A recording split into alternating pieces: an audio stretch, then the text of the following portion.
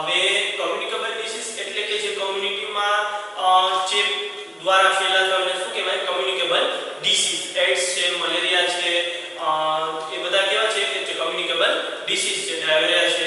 અને જે non communicable disease એટલે કે મોસ્ટલી ઓછા ફેલાય છે અથવા તો એમ કહેવાય કે ઓછા જોવા મળતા હોય એવા ડિસીઝ આપણે ભણશું. Non communicable disease. Non communicable disease is the chronic disease. કહેવાય કે ભાઈ એ કેવા છે કે ક્રોનિક ડિસીઝ છે. શું કહેવાય કે non communicable disease is the chronic disease. પછી શું કીધું કે which we are estimate to account for 53% of all death and 44% of disability adjust life year lost in 2005. હવે એમાં શું કીધું કે ભાઈ એમાં એવું કીધું કે ભાઈ 53% લગભગ ડેથ નોન કમ્યુનિકેબલ ડિસીઝ થી થઈ હતી અને 44% જે શું કહેવાય કે ભાઈ ડેથ કમ્યુનિકેબલ ડિસીઝ થી જોવા મળી હતી. સમજાણું? એટલે હવે આપણે એમાં પાછું એક જોશું કે નોન કમ્યુનિકેબલ ડિસીઝ કોને કોને કહેવામાં આવે છે. તો એમાં પહેલું છે કેન્સર. કેન્સરને નોન કમ્યુનિકેબલ ડિસીઝમાં લીધેલું છે cancer. Cancer is become important public health problem in India with estimates 7 to 9 lakh cases occurring every year. કેટલા? 7 થી 9 લાખ કેસીસ એક વર્ષમાં કેન્સરના જોવા મળે છે. અને મોસ્ટલી કેન્સરના જોવા મળતા કેસીસ તો મેનમાં છે ટોબેકો કેન્સર ટોબેકો થ્રુ થતું કેન્સર એટલે કે mouth cancer, oesophageal cancer and lungs cancer. અને ફિમેલમાં જોવા મળે છે breast cancer and cervical cancer. Mostly જોવા મળતા કે જે 95% થી વધારે 95% થી વધારે કેસીસ જોવા મળે છે મેલમાં જોવા મળે છે mostly lungs cancer, testis cancer and tobacco થી માઉથ કેન્સર. અને ફિમેલમાં જોવા મળે છે બ્રેસ્ટ કેન્સર અને સર્વાઇકલ કેન્સર. ઓકે. પછી આવશે બ્લાઇન્ડનેસ. બ્લાઇન્ડનેસ એટલે કે ભાઈ કે જે લોકો જોઈ નથી શકતા એને શું કહેવાય? એને જે લોકો બ્લાઇન્ડનેસ કે ભાઈ કઈ કારણોસર કે એનું વિઝન છે વિઝન કેવું થઈ ગયું છે લોસ થઈ ગયું છે એને શું કે બ્લાઇન્ડનેસ. બ્લાઇન્ડનેસના લગભગ આપણે ઇન્ડિયાની વાત કરું તો 12 મિલિયન જેટલા લોકો એવરી યર કેટલા 12 મિલિયન જેટલા લોકો એવરી યર બ્લાઇન્ડનેસના કારણે મૃત્યુ પામે છે અથવા તો એમ કહેવાય કે બ્લાઇન્ડનેસને અફેક્ટેડ થાય છે. ઓમ કહેવાય અફેક્ટેડ તો 25% અફેક્ટેડ થાય. 1994 થી આ રેશિયો વધ્યો હતો. 1994 માં કેટલું હતું તો કે 15 થી 20% જોવા મળતું હતું. બટ 25% થી ઓફ બ્લાઇન્ડનેસના કેસમાં વધારો આવ્યો 1994 થી. ઓકે. હવે પછી એની વાત કરીએ પછી આગળ આપણે નોન કમ્યુનિકેબલ ડિસીઝ ની વાત કરશું તો એમાં આવશે ન્યુટ્રિશનલ પ્રોબ્લેમ વાળા ડિસીઝ. તો કે ન્યુટ્રિશનલ એટલે કે ડાયટરી પેટર્ન જે લોકોની ઇરેગ્યુલર છે અથવા તો જે લોકોને ડાયટરી પેટર્ન એટલે કે ભાઈ સાંજે શું લેવું, સવારે શું લેવું, બપોરે શું લેવું જે લોકોને આઈડિયા નથી, જે લોકો ગરીબી રેખાની નીચે જીવે છે એટલે એ લોકોને પૂરતો આહાર નથી મળતો, પ્રેગ્નન્ટ વુમનને પૂરતું જમવાનું નથી મળતું, તો એવા લોકોને ન્યુટ્રિશનલ પ્રોબ્લેમ વાળો ડિસીઝ પણ થઈ શકે છે. એટલે એ પણ આપણે લીધેલો છે કેમાં? નોન કમ્યુનિકેબલ ડિસીઝમાં. એમાં આવશે પહેલું protein energy malnutrition. Protein energy malnutrition એ વાત કરું તમને પ્રોટીન એનર્જી માલન્યુટ્રિશન એટલે કે PEM પ્રોટીન એનર્જી માલન્યુટ્રિશન. હવે insufficiency of food. શું કીધું કે ભાઈ સફિશિયન્ટ નથી ફૂડ છે ને જે કોઈ પણ વ્યક્તિને છે આપણે વાત કરી હતી પોપ્યુલેશનમાં કે પોપ્યુલેશન કે ભાઈ 1 કિલોમીટરની વસ્તીએ 100 લોકો રહે છે. હવે એ જ લોકો 200 થઈ જાય 1 જ કિલોમીટરમાં તો શું થશે તો કે સફિશિયન્ટ ફૂડ નથી. કોઈ પણ માણસને સર્વાઇવ કરવા માટે સફિશિયન્ટ ફૂડ નથી અવેલેબલ. તો શું કરશે કે જમવા માટે એનિમલ કે કોઈ પણ વસ્તુ ખાશે. સમજાણું? એટલે સફિશિયન્ટ ફૂડ ન હોવાથી કે કોઈ પણ વસ્તુ જમશે, કોઈ પણ વસ્તુ ખરાબ વસ્તુ હશે એ પણ જમશે અને એના લીધે શું થશે બીમાર પડશે. એ શું કરશે બીમાર પડશે. એ બીમાર થાય તો શું થાય તો એને કોઈ પણ જાતની ડિસીઝ કન્ડિશનના લીધે શું થાય એ ડેથ પામે અથવા તો શું થાય કે ભાઈ એ પણ સ્પ્રેડ કરે. કોઈ પણ ડિસીઝ કન્ડિશન એ શું કરશે સ્પ્રેડ કરશે. એટલે પ્રોટીન એનર્જી માલન્યુટ્રિશન એના લીધે લગભગ 80% લોકો સફર કરે છે PEM થી. 80% લોકો એટલે કે 80% લોકોને પૂરતું જમવાનું નથી મળતું. ખબરમાં આવી? પૂરતું જમવાનું એટલે કે એ વસ્તુ તમે ખાસ પૂરતું જમવાનું એટલે કંઈ પણ વસ્તુ જમવાની મળે છે બટ પૂરતું જમવાનું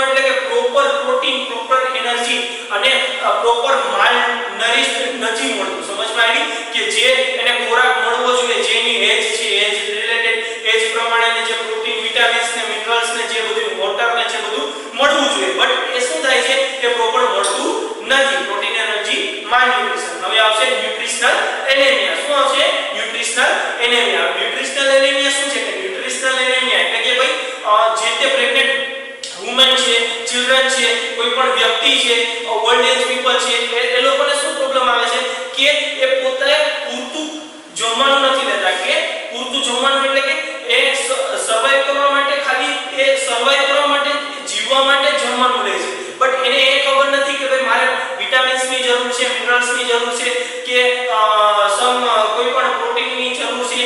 એ શું કરશે, ખાલી સર્વાઈવ કરવા માટે કોઈ પણ વસ્તુ લેશે કે ભાઈ મારે જીવવું છે એટલે હું જમું છું, બટ એવું નથી. સમજાણું? એને એના માટે શું કરવું પડે તો કે એને ન્યુટ્રિશનલ એનેમિયા થવાની શક્યતા સૌથી વધારે. કે પ્રેગ્નન્ટ વુમન ને, ચિલ્ડ્રન ને, ઓલ્ડ એજ પીપલ ને, એ લોકો કેવું કરે છે કે એ લોકો જમવાનું લે છે. પ્રેગ્નન્ટ વુમન ને કઈ તકલીફ થાય તો કે પ્રેગ્નન્ટ વુમન ને મોસ્ટલી વધારે પડતો ખોરાક લેવો જોઈએ, આયર્ન યુક્ત ખોરાક લેવો જોઈએ, કેલ્શિયમ યુક્ત ખોરાક લેવો જોઈએ. શા માટે? કેમ કે જો એની ઉણપ શરીરમાં થશે તો એ અફેક્ટ કોણ કરશે? બેબીને પણ અફેક્ટ થશે. ખબર પડી ગઈ? એટલે એ લોકોને સૌથી વધારે લેવું જોઈએ. પછી ચિલ્ડ્રન ને અને ઓલ્ડ એજ પીપલ ને ઇમ્યુનિટી લો હોવાથી, કોઈ પણ રોગ પ્રતિકારક શક્તિ, ઇમ્યુનિટી રોગ પ્રતિકારક શક્તિ છે એ લો છે, ઇમ્યુનિટી લો છે. એના લીધે શું થાય કે કોઈ પણ નાનો હોય વાયરસ કે ઇન્ફેક્શન કે કોઈ પણ વસ્તુ હશે, તરત જ શું થશે તો કે એ લોકોને અફેક્ટ કરશે, એ લોકોને થશે. સમજાણું? એટલે શું કહેવાય કે ભાઈ જે લોકોને એમ કહેવાય કે જે લોકોનું શરીર તંદુરસ્ત હશે, હેલ્ધી હશે, એવા લોકોને શું કહેવાય ઇમ્યુનિટી પાવર સારો હશે. ઇમ્યુનિટી પાવર સારો હશે એટલે શું થશે કે નાની કોઈ શરદી ઉધરસ છે કે એવી એ જલ્દીથી એને નહીં થઈ જાય. સમજાણું? અને આવા લોકોને કેવું થાય છે કે જલ્દીથી નાનું કોઈ પણ વસ્તુ હશે એ તરત જ થઈ જશે. ખબર પડી? ન્યુટ્રિશનલ એનેમિયા લગભગ ન્યુટ્રિશનલ એનેમિયાની હું વાત કરું તો તમને 19% એટલે કે 19% ન્યુટ્રિશનલ એનેમિયાથી સર્વાઈવ કરતા લોકો જોવા મળે છે. ખબર પડી ગઈ? કે જેને ડાયટ મળે છે બટ પ્રોપર ન્યુટ્રિશન નથી મળતું. સમજાણું? જમવાનું મળે છે બટ પ્રોપર ન્યુટ્રિશન મળતું નથી. હવે એમાં જ વાત કરીએ આપણે લો બર્થ વેટ બેબી એટલે કે LBW ના બેબીની વાત કરીએ તો શું થાય છે કે લો બર્થ વેટ એટલે કે જે તે લેબર પેઇન સ્ટાર્ટ થાય, બધાને છે તે સમયે લેબર પેઇન સ્ટાર્ટ થાય અને જ્યારે બેબી ડિલિવર થાય ત્યારે બેબીનું મોસ્ટલી વેટ કેટલું હોવું જોઈએ તો કે 2.5 to 3.5 kg. Okay, 2.5 to 3.5 kg mostly હોવું જોઈએ. પછી 2 થી ઘટે તો એ બેબી લો બર્થ વેટ બેબીમાં આવે. ખબર પડી ગઈ? હવે ઘણીવાર કેવું થાય છે કે 1500 ગ્રામ થી પણ ઓછું બેબીનું વેટ હોય. કેટલું? 1500 ગ્રામ એટલે કે 1.5 કિલો થી પણ ઓછું બેબીનું વેટ હોય છે. તો આ બેબીને શું કહેવામાં આવે? લો બર્થ વેટ, એક્સ્ટ્રીમલી લો બર્થ વેટ બેબી. કેવા? એક્સ્ટ્રીમલી લો બર્થ વેટ બેબી. ખબર પડી ગઈ? હવે આ લોકો કેવા છે તો કે ભાઈ આ લોકોને કારણે શા માટે આવું થાય છે તો કે મધરને પૂરતો ખોરાક નથી મળતો, મધરને પૂરતો ન્યુટ્રિશનલ પૂરતું ન્યુટ્રિશન મળવું જોઈએ, પ્રોટીન મળવું જોઈએ, પ્રોટીન મળવું જોઈએ, વિટામિન્સ મળવા જોઈએ, મિનરલ્સ મળવા જોઈએ, પૂરતું વોટર મળવું જોઈએ, મિલ્ક મળવું જોઈએ, કેલ્શિયમ મળવું જોઈએ, એ પૂરતું મળતું નથી. એના લીધે શું થાય છે કે બોડીમાં પૂરતું બ્લડ બનતું નથી અને પૂરતું બ્લડ ના બનવાના કારણે બેબીને પૂરતો એનર્જી નથી મળતી. પ્લાસેન્ટા થ્રુ બેબીને શું નથી મળતું? એનર્જી નથી મળતી, જેથી કરીને શું થાય કે લો બર્થ વેટ બેબીની બર્થ થાય છે. ખબર પડી ગઈ? હવે પછી આવશે iodine deficiency disorder. Iodine deficiency disorder એટલે કે મોસ્ટલી આયોડિન ડેફિશિયન્સી ડિસઓર્ડર એટલે કે જે મીઠામાં, નમકમાં શું આવે છે? નમકમાં આયોડિન યુક્ત નમકની આપણે ઘણી બધી એડવર્ટાઇઝ જોતા હોય છે કે ભાઈ આ પેલું મીઠું પેલું નમક છે કે આયોડિન યુક્ત નમક છે, આ તે બધી વસ્તુ. બટ આયોડિનનો શા માટે જરૂરી છે કે ગોઈટર એટલે કે અહીંયા ગળામાં છે જે ભાગ છે, ગળાનો ભાગ એ આખો કેવો થઈ જશે? સ્વેલિંગ થઈ જશે એટલે કે સોજાઈ જશે, આખો ઉપસી આવે. સમજાણું? અને શું કહેવામાં આવે છે? ગોઈટર. હવે પહેલા એક વાત મારે કહેવાની રહી ગઈ કે LBW થી 28% બેબી અફેક્ટ થાય છે અને લગભગ 15 થી 12% બેબી ડેથ થાય છે. ખબર પડી ગઈ? 12 થી 15% ઓલ ઇન્ડિયામાં 1 યરમાં 12 થી 15% બેબી ડેથ થાય છે અને 28% અફેક્ટ થાય છે. ખબર પડી ગઈ? હવે આપણે આવ્યા આયોડિન ડેફિશિયન્સીમાં. આયોડિન ડેફિશિયન્સીના ઉણપના કારણે, આયોડિનની ઉણપના કારણે શું થાય? ગોઈટર જેવો રોગ થાય છે. અને ગોઈટર જેવા રોગનું શું કહેવાય? શું થાય કે અહીંથી ઓટી કરીને એ રિમૂવ કરવું પડે પડે છે, એક સર્જિકલ પ્રોસિજર છે એ તમારે આગળ MSN માં આવશે. હવે એક આપણે વાત કરી કે ભાઈ આયોડિન ડેફિશિયન્સી એટલે કે મોસ્ટલી 200 ને લગભગ 263 ડિસ્ટ્રિક્ટમાં એટલે કે 263 જિલ્લામાં મોસ્ટલી હજી આજની તારીખે આયોડિન ડેફિશિયન્સીના એક ડિસઓર્ડર જોવા મળે છે. ખબર પડી કે 263 એટલે કે બહુ મોટો રેશિયો કહેવાય. ખબર પડી આયોડિન ડેફિશિયન્સી. હા, એનું નિરાકરણ એનું ટ્રીટમેન્ટ છે ખરી અવેલેબલ, બટ એવું થાય કે આ ખાલી એક આયોડિનના ઉણપના લીધે જ થાય છે.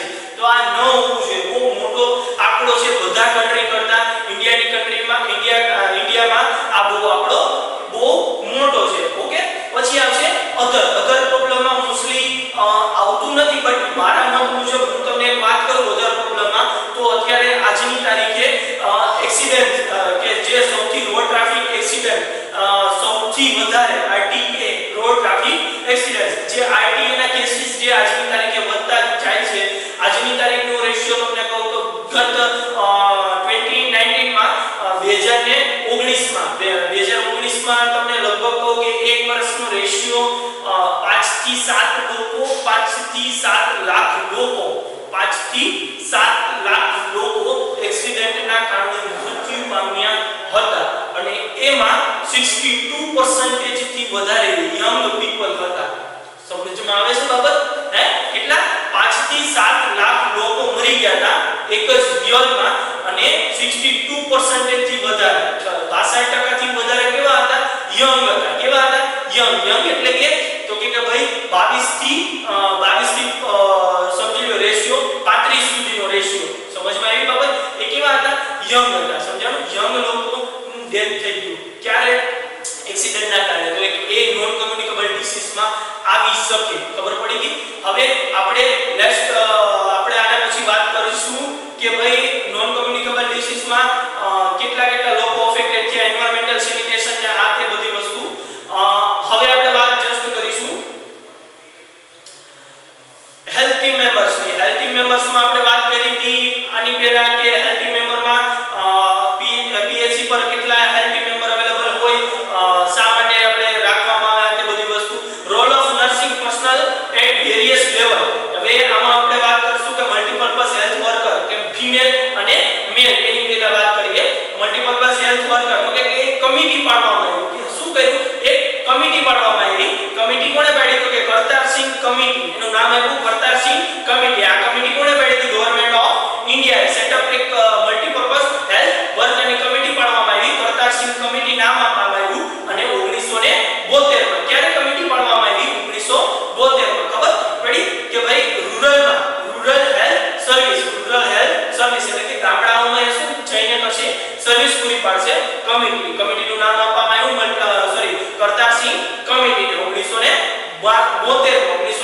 1972 માં કમિટી પાડવામાં આવી હતી. હવે એમાં કેને લીધા? તો કે એનએમ વર્કરને. એનએમ જે વર્કર હોય, એનએમ જે લોકોએ કરેલું હોય એવા એનએમ વર્કર્સને એને લીધા અને એમાં શું કર્યું? એને એ લોકોને 6 મંથ સુધીનો એક ટ્રેનિંગ પીરિયડ આપવામાં આવ્યો.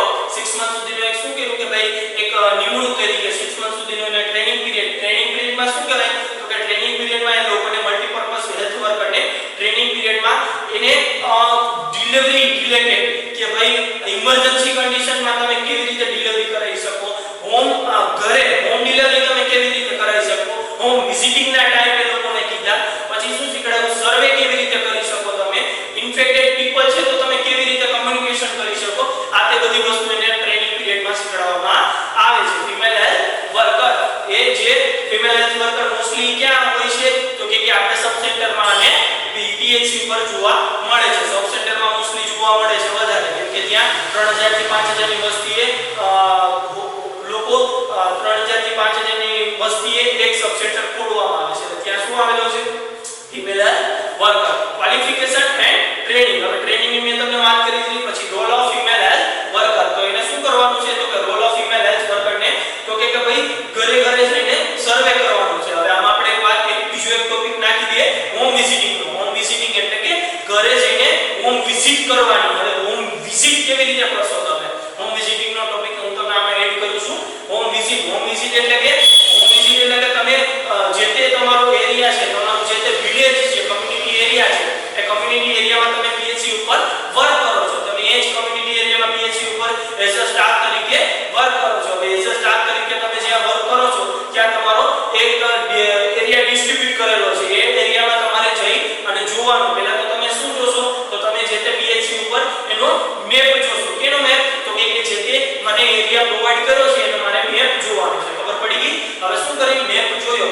જોવાનું કે કઈ જગ્યાએથી મારે સર્વે કરવાનો છે, એટલે મારે કઈ જગ્યાએથી હોમ વિઝિટિંગ માં જોવાનું છે, ખબર પડી ગઈ? એટલે પછી શું કરશો તમે મેપ તૈયાર કર્યો, મેપ જોયા પછી આપણે શું કરશું ત્યાં જશું, ત્યાં જઈને શું કરવાનું, ત્યાં જઈને જોવાનું કે 1 નંબરના ઘરથી લઈને મારે જે એરિયા ડિસ્ટ્રીબ્યુટ કરેલો છે એમાં મારે કેટલા ઘર પ્રોવાઈડ કરેલા છે, ખબર પડી ગઈ?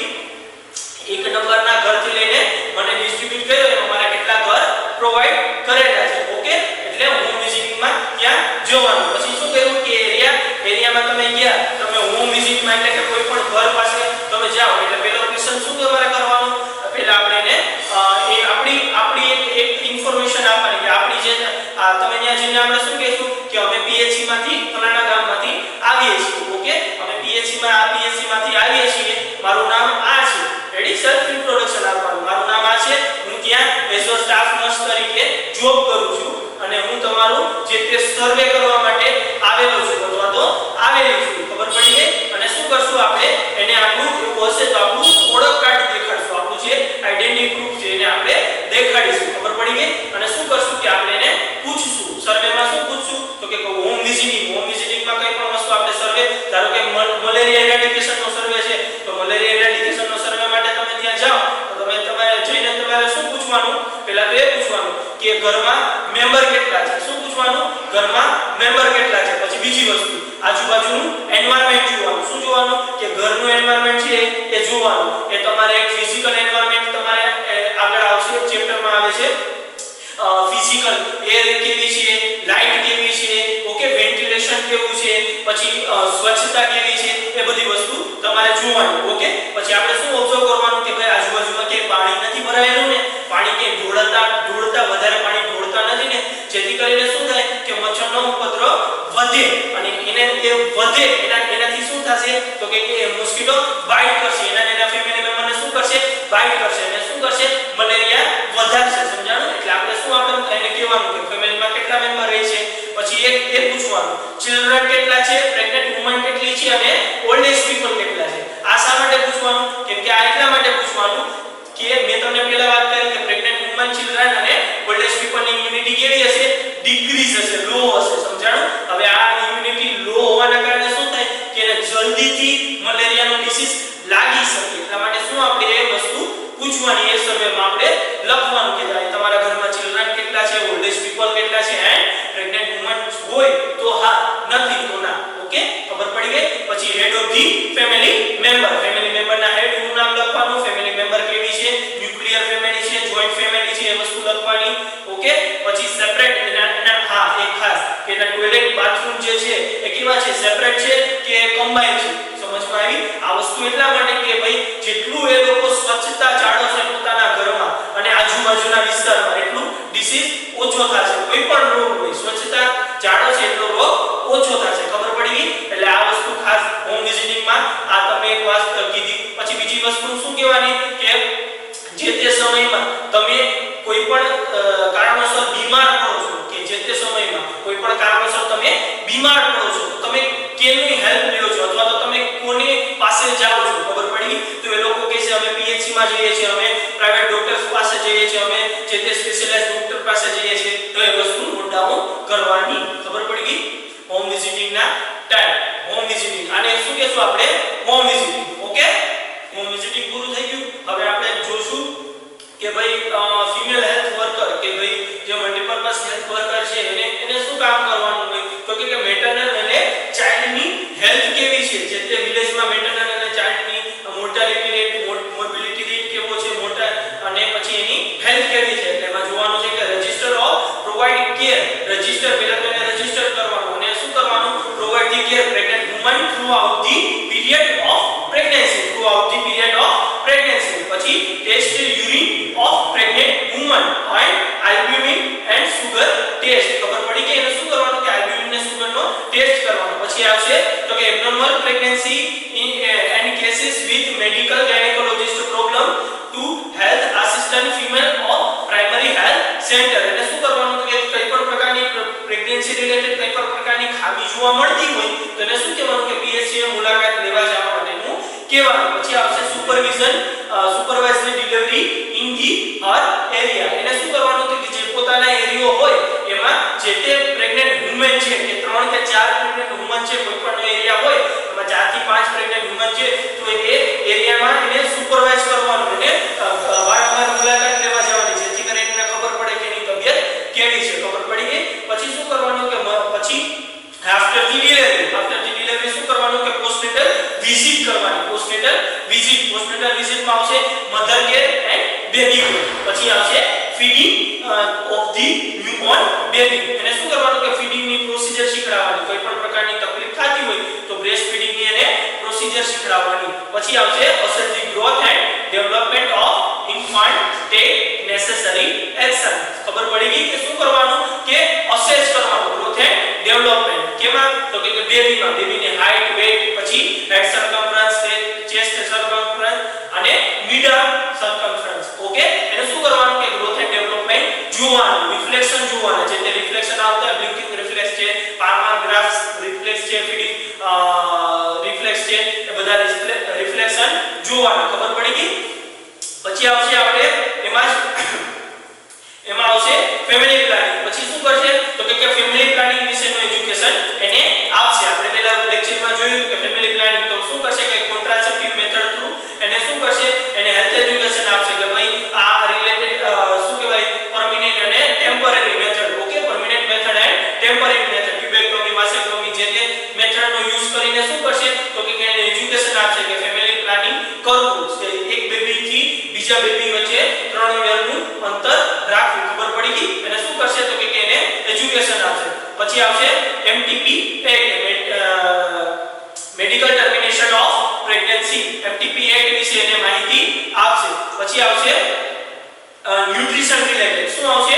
ન્યુટ્રિશન રિલેટેડ કે બેબીને 6 આફ્ટર ધી ડિલિવરી મધરને અને બેબીને શું ન્યુટ્રિશન આપવું. એટલે 6 મંથ સુધી તો ઓલવેઝ આપણે બેબીને શું આપતા હોઈએ, બ્રેસ્ટ મિલ્ક આપતા હોઈએ અને આફ્ટર ધી 6 મંથ વીનિંગ ડાયટ ચાલુ કરવાનું. વીનિંગ ડાયટ એટલે કે જે તે પૌષ્ટિક આહાર છે, વીનિંગ ડાયટ, એ શું આપશું એને વીનિંગ ડાયટ. અને ન્યુટ્રિશન મધરને શું ન્યુટ્રિશન પ્રોવાઈડ કરવાનું, કેવા ટાઈમમાં કયો ખોરાક લેવો, એ બધી વિશે એની બધી માહિતી મધરને આપશે. પછી આવશે કમ્યુનિકેબલ ડિસીઝ એટલે કે મધરને એ સૂચના આપશે કે કમ્યુનિકેબલ ડિસીઝના કારણે જે તે રોગો થાય છે, જે ડિસીઝ ફેલાય છે, એ ડિસીઝ ના ફેલાય એટલા માટે તમારે કઈ કાળજી રાખવાની. મેં તમને પહેલી વાર વાત કરી હતી કે ભાઈ old age people, pregnant woman અને ચાઇલ્ડ અને ચિલ્ડ્રન અને ન્યૂબોર્ન બેબીને સૌથી વધારે થશે. કોઈ પણ ડિસીઝ સૌથી વધારે લાગી શકે, એમ ન લાગે એટલા માટે શું કરવાનું તો કે એટલા માટે એને હેલ્થ એજ્યુકેશન આપવાનું કે આ બધી વસ્તુઓ ન થાય. એટલે આપણે શું કરશું તો કે એને હેલ્થ એજ્યુકેશન આપશે. પછી આવશે ઇમ્યુનાઇઝેશન. ઇમ્યુનાઇઝેશનમાં શું ધ્યાનમાં રાખવાનું તો કે ઇમ્યુનાઇઝેશનમાં એટ બર્થ કઈ વેક્સિન આપવાની છે, 1.5 મંથે કઈ વેક્સિન આપવાની છે, 2.5 મંથે કઈ વેક્સિન આપવાની છે, ઓકે, 3.5 મંથે કઈ વેક્સિન આપવાની છે, 6 મંથે કઈ વેક્સિન આપવાની છે, આ તે બધી વસ્તુની માહિતી આપવાની અને વારંવાર ઇન્ફોર્મ કરતું રહેવાનું, જેથી કરીને એક પણ વેક્સિન ભૂલી ન જાય. એટલા માટે ખબર પડી ગઈ. પછી આવશે ટ્રેન ડાયસ. ટ્રેન ડાયસ એટલે કે કોઈ પણ ગામમાં ટ્રેન ડાયસ હોય એને પણ આ બધી નોલેજ, આ બધું નોલેજ જે છે એ બધું હેલ્થ રિલેટેડ નોલેજ એને આપવાનું. પછી વાઇટલ ઇવેન્ટ શીખડાવવાના અને વાઇટલ ઇવેન્ટ રજિસ્ટરમાં મેન્ટેન કરવાના. પ્રેગ્નન્ટ વુમનના અને બેબીના વાઇટલ ઇવેન્ટ અને રેકોર્ડ એન્ડ રિપોર્ટ. પછી આવશે રેકોર્ડ એન્ડ રિપોર્ટ. જે રેકોર્ડ અને રિપોર્ટ જે તે આવતા હોય એ પ્રમાણે રેકોર્ડ અને રિપોર્ટ મેન્ટેન કરવાના. પછી આવશે ટીમ એક્ટિવિટી. એટલે કે ભાઈ ટીમ એક્ટિવિટી શું છે તો કે ટીમ એક્ટિવિટીમાં આવશે attendant participate in the staff meeting at primary health center અથવા તો community development block or both. Okay, primary PHC ઉપર અથવા તો CHC ઉપર કે ક્યાંય પણ પ્રકારે જો સ્ટાફની મીટિંગ હોય તો એ શું કરવાનું અટેન્ડ કરવાની રહેશે. પછી આવશે male health worker coordinator her activity with the health worker, coordinator the activity with the male health worker and female health worker. એને શું કરવાનું તો મેલ અને ફીમેલ હેલ્થ વર્કર ને બધે કોઓર્ડિનેટર કે ભાઈ કોઓપરેટિવ રહેવાનું, એકબીજાનું કામ કરી શકે એવી રીતે. ખબર પડી ગઈ. જેથી કરીને જે ગોલ છે, જે તે કમ્યુનિટીમાં જે ડિસીઝને દૂર કરવાનો, ક્યોર કરવાનો જે ગોલ છે એ જલ્દીથી થઈ શકે. ઓકે, પછી આવશે provide the education about the community people. તો કમ્યુનિટીના પીપલને તો કે કમ્યુનિટી ડિસીઝ વિશે આપણે એજ્યુકેશન આપી શકીએ. પછી શું આપી શકીએ તો કે કમ્યુનિટીના કેવી રીતે વે ઓફ બિહેવિયર, કેવી રીતે બિહેવ કરવું એ પછી education about the environmental hygiene, પછી એજ્યુકેશન અબાઉટ અથવા તો information about the rich and nutrition diet to their children, ખબર પડી ગઈ. અને education about the early identification of health problem, ખબર પડી ગઈ. આ બધી વસ્તુ આપણે શું કરશું, એને એજ્યુકેશન આપશું. ઓકે, આ હતા બધા કે જે તે સ્ટાફ વર્ક કરે છે, હેલ્થ ટીમ મેમ્બર, જે તે હેલ્થ ટીમ મેમ્બર કામ કરે છે, એ લોકોને કેવી રીતે role of the nurse, role of the health team members. Okay, અને એક મેડિકલ ઓફિસરનો જે અંદર રોલ આવશે, એટલે મેડિકલ ઓફિસરનો શું રોલ આવે, મોસ્ટલી મેડિકલ ઓફિસરને તો કે બધાનું ઓબ્ઝર્વ કરવાનું, બધાને સુપરવાઇઝ કરવાના. જે તે આ બધા સ્ટાફ છે, ફિમેલ હેલ્થ વર્કર છે, મેલ હેલ્થ વર્કર છે, મલ્ટીપર્પઝ હેલ્થ વર્કર છે, મલ્ટીપર્પઝ મેલ હેલ્થ વર્કર છે, એ બધાને નર્સિંગ સ્ટાફ છે, પછી લેબોરેટરી ટેકનિશિયન છે, એ બધાને શું કરશે તો કે બધાનું ઓબ્ઝર્વ કરશે અથવા તો એ બધાને સુપરવાઇઝ કરશે. કોઈ પણ પ્રકારની ભૂલ કે કઈ પણ પ્રકારની ખામી હશે તો એ લોકોને કહેશે અને એ લોકોને સુધારવાની ટ્રાય કરશે. ખબર પડી ગઈ. એટલે ઓલ કમ્યુનિટી પીપલને બધાને શું કરવાનું છે કે કમ્યુનિટીના પીપલને કોઈ પણ પ્રકારનો ડિસીઝ લાગે નહીં અથવા તો જો ડિસીઝથી સર્વાઇવ થતા હોય તો એ ડિસીઝ જલ્દીથી ક્યોર થઈ જાય એટલા માટે શું કરશે તો કેટલા માટે કમિટી બેસાડશે, એક પ્રકારની મીટિંગ કરશે અને મીટિંગ કરીને જે તે એરિયા ડિવાઇડ કરશે. એરિયા ડિવાઇડ કરીને શું કરશે, એમાં સર્વે કરવાનું, સર્વે કરી જોવાનું કેટલા લોકો અફેક્ટેડ થયા છે, અફેક્ટેડ થયેલા પીપલને કા સેપરેટ કરી દેવાના કા પછી અફેક્ટેડ શેનાથી અફેક્ટેડ થયા છે તો એ જે જગ્યા છે, ધારો કે કોઈ પણ બાર નદી હોય, નદીમાં બહુ બધો કચરો છે તો નદીની રહેઠાણની આસપાસ રહેતા લોકો બહુ બધા અફેક્ટેડ થશે, મલેરિયા છે, કોઈ પણ વસ્તુ ડેન્ગ્યુ છે, ખબર પડી. તો એ શું કરવાનું તો કે નિકાલ કરવા માટેની કોઈ પણ પ્રકારની કાર્યવાહી આગળ કરવાની. ખબર પડી ગઈ. બટ એ કોણ કરશે, સુપર ફિઝિશિયન અથવા તો મેડિકલ ઓફિસર, પીએચસી અથવા તો સીએચસી ના જે તે હશે એ કરશે. ખબર પડી ગઈ. એટલે આપણે બધાને